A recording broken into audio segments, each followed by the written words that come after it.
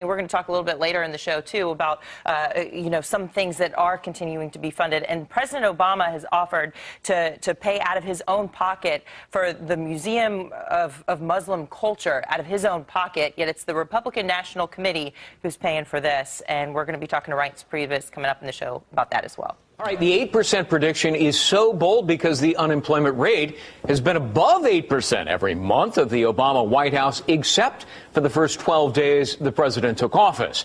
Now, here's where we are right now. As mentioned earlier this year, the number took a slight dip in November after staying at or above 9% for 6 straight months. What do you say we take a closer look at that chart Fox News just used? Here it is, with November unemployment at 8.6%. Right in line with 9% unemployment in October. Doesn't really make a lot of sense, does it? Now take a look at November unemployment numbers rate compared to March. See it? March 8.8% is shown lower than November's 8.6%. How in the heck could they screw that up? Now here's how all the changes in the unemployment rate should look. There's just one problem with an accurate chart like this. It doesn't help the Fox News narrative. Dave Silverman, he is the president of American Atheists, a group that put up that billboard. You didn't even have your own money. You had to get it from somebody else, a donor? Well, we have lots of donors at American Atheists. All right. I don't really care what your views are. I get it. You don't believe in God. That's fine. You're free to believe whatever you believe. Is it just Christians you're picking on, by the way? In other words, have you ever done a billboard campaign against people that are Jewish or Muslims? Yes, we have. And what have you done against the Muslims? We put up a billboard in Elizabeth, New Jersey that said, you know it's a myth in Arabic. And we put up a billboard in Brooklyn that said, you know it's a myth in Hebrew. What was the reaction? Actually, the Islamic billboard, the Islamic people were actually all about, well, this is a free country and you can say what you want, and some people agreed and some people disagreed. Well, look at the reaction to the Danish cartoons, or look at the reaction to this YouTube video where Salman Rushdie and the Satanic Verses. There's been some very... But you know what that is? That's actually a form of terrorism. That's actually a form of them getting us to obey their religious beliefs without imposing the rule of law on it. They scare us into obeying their religious beliefs. It's against their religion that we not draw a picture of Muhammad. I get it. You're an atheist. I'm not going to sit here and convince you. You believe nothing can come out of nothing, which is what I believe atheists in the end have to believe. But that's not the argument. You want to insult people. You want to attack them. You want to stick them in the ribs on their holiday, and you just want to be rude and narcissistic and mean. Why? Sean, we have never put up a billboard criticizing people. We criticize religion, and religion is perfectly open market. But people believe in religion. I'm a Christian. I look at a picture of Jesus, and you just want to rub salt in a wound. No. Why are you doing it then? Because this is the time of year when so many atheists who call themselves Christians drag themselves to church against their own will because they think atheists who call themselves Christians. You don't know atheists who call themselves Christians. You said it. Let me explain what I'm saying here, okay? They drag themselves to church because they think that church is an integral part of Christmas, and it's not. We're saying for those people, you can keep the merry, you can have a party. You don't have to go to a church in which you don't believe. You don't have to pray to a God in which you don't believe, and you don't have to donate money. Nobody's forcing you to go to a Christian church, a Catholic church, a synagogue, or a mosque. I disagree. Wait a minute. If they're allowing people to force them to go, that's their problem. Well, and we're telling them not to. That's exactly the point of the billboard.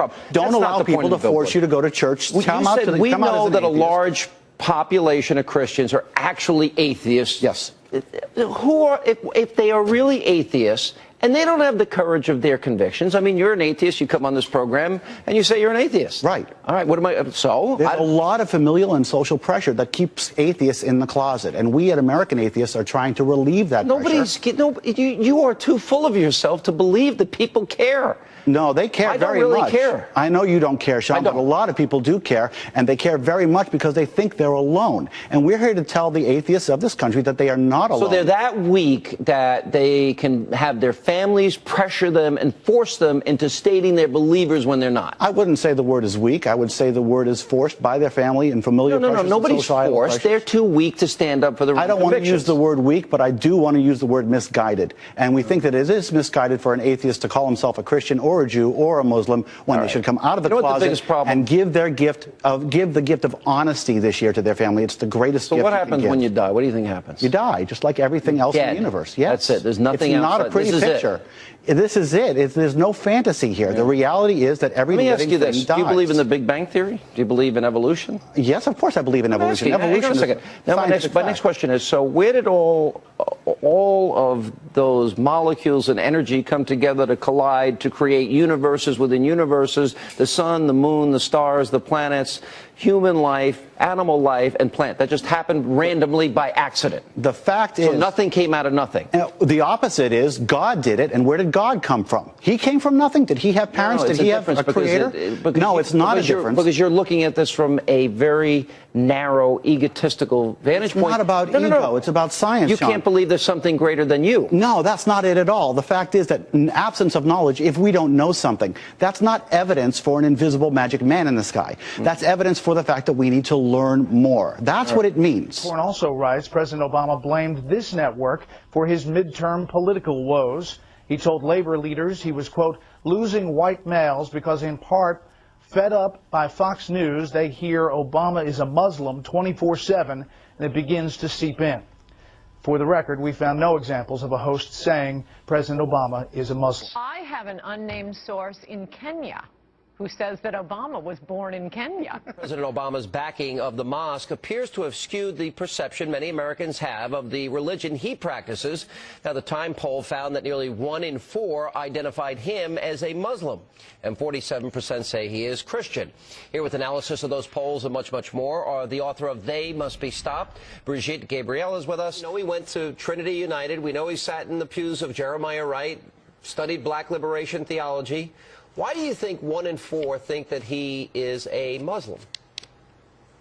Because of his actions, since he became president has been pandering to the Islamic world, apologizing on behalf of America to the Islamic world, praising the Islamic world while putting America down. His first television exclusive was to Al Arabiya television, where he bragged about his family members were Muslims. The video address that he sent to the Iranians, congratulating them on their spring holiday, his speech in Cairo. So the American public is seeing a pattern, and right now what they are seeing is a president who is so out of touch with the American public, out of touch with 70% of Americans, while he is still trying to appeal to the Islamic world and not listening to his own people. All right, let's go through the history of this. Remember, he said we're not a Christian nation. He said America is arrogant. He went on the apology tour. His first major speech was on Al Arabiya TV. He gave his next 2 major speeches were in Turkey and Cairo. Remember, the NASA chief said the top priority was Muslim outreach. The money, $900 million to Hamas, controlled Gaza Strip. His treatment of Benjamin Netanyahu, his lack of outspokenness on the Iranian democracy movement, the refusal to acknowledge the Fort Hood shooter was a terrorist. And we can go on and on here. The allegations got a big boost from Rupert Murdoch's media empire, with the New York Post running this headline: Osama Mudd flies at Obama. And Murdoch's Fox News channel touted the claims on 2 programs. The gloves are off. Hillary Clinton reported to be already digging up the dirt on Barack Obama. The New York senator has reportedly outed Obama's madrasa past. Let me begin. But as we now know, there is no madrasa past. Obama spokesman Robert Gibbs, who called Fox's broadcasting of the madrasa tale appallingly irresponsible, says he didn't think much of a clarification carried this morning on the program Fox and Friends. Fox News executive Bill Shine says some of the network's hosts were simply expressing their opinions and repeatedly cited Insight as the source of the allegation. The problem is that when we hear about firestorms, they're usually contrived. It's what the media wants to be a firestorm, and the American people know the difference, and we can reject it. All these reporters who are, writing these stories all have jobs, obviously, Alan. Maybe it's easier. That conservatives are embracing Glenn Greenwald all of a sudden. Well, no, it's just kind of interesting. The problem is, everything that Tammy just said is an argument that Donald Trump should be making, because that's the kind of statement that would help him maybe get some traction, but instead he's busy attacking, disparaging a Gold Star family. That became the story of the weekend. Rather than talking about the GDP, rather than talking about the economy, rather than talking about whatever issue one might have with Hillary Clinton, he's continuing, even as recently as this morning, to start tweeting out and clearly showing no information in his head about what's going on in Ukraine, his lack of knowledge. You know that Gerald Ford in 1976 in a debate talked about no influence of Russia in Eastern Europe, and that almost ruined his campaign. Donald Trump clearly does not understand that Russia went into Crimea and is still there, and that seems to be okay. And this At what point does he lose supporters for this kind of stuff? Let me say, though, Alan's response is exactly what we've been experiencing. Donald Trump has been addressing those issues, but you don't hear it because the media is moving this other issue because it's what they want to have be in the front. Now, with Hillary Clinton, in the meantime, with the Chris Wallace interview, saying remarkable things that the media is not really parsing or seems to have no interest in whatsoever. She did get 4 Pinocchios from the Washington Post for what she told Chris Wallace over the weekend. The problem is that the Republicans, not all of them, are supporting a candidate who's ignoring that and is creating his own. He keeps digging. You know, the old thing about stop digging. He asked you about Hillary, Alan. You know, they want to make it. You want to make it about Hillary. If Donald Trump were smart, he would probably focus on Hillary. But he's focusing on a family, and you got Mike Pence putting out a statement that's the opposite of what Donald Trump said. Let me remind people, himself from the top this of the becomes ticket. a game of telephone. It was a George Stephanopoulos premise. He was responding to a George Stephanopoulos question about what you've done. He was wrong. He was not attacking the family. He was not. He praised it. Just a minute. He praised the family. This has been. Then it becomes this game of telephone of what the media wants it to be without people remembering. He didn't praise the family. He attacked the family. He praised the soldier. He finally called the soldier a hero only after the fact. This is the lie. This is why they want it to be. This conversation. Don't say what I'm saying is a lie. It has been for a while. Yes, I'm telling you what Trump did. I'm not lying about what he said. They want it to be like this, so you don't think about the homeownership rate, the recession, Your the candidate jobs. should be talking about that. But Alan, he is, and this is the kind of emotional outburst that keeps the media from covering it. You can't blame the media for the mistakes Donald Trump is making. Because it's not as exciting as this. Let's get back to what. Blame the media for Donald Trump's inept ability to run a campaign. This healthcare thing, I'm a little obsessed with it because it's a key issue for me.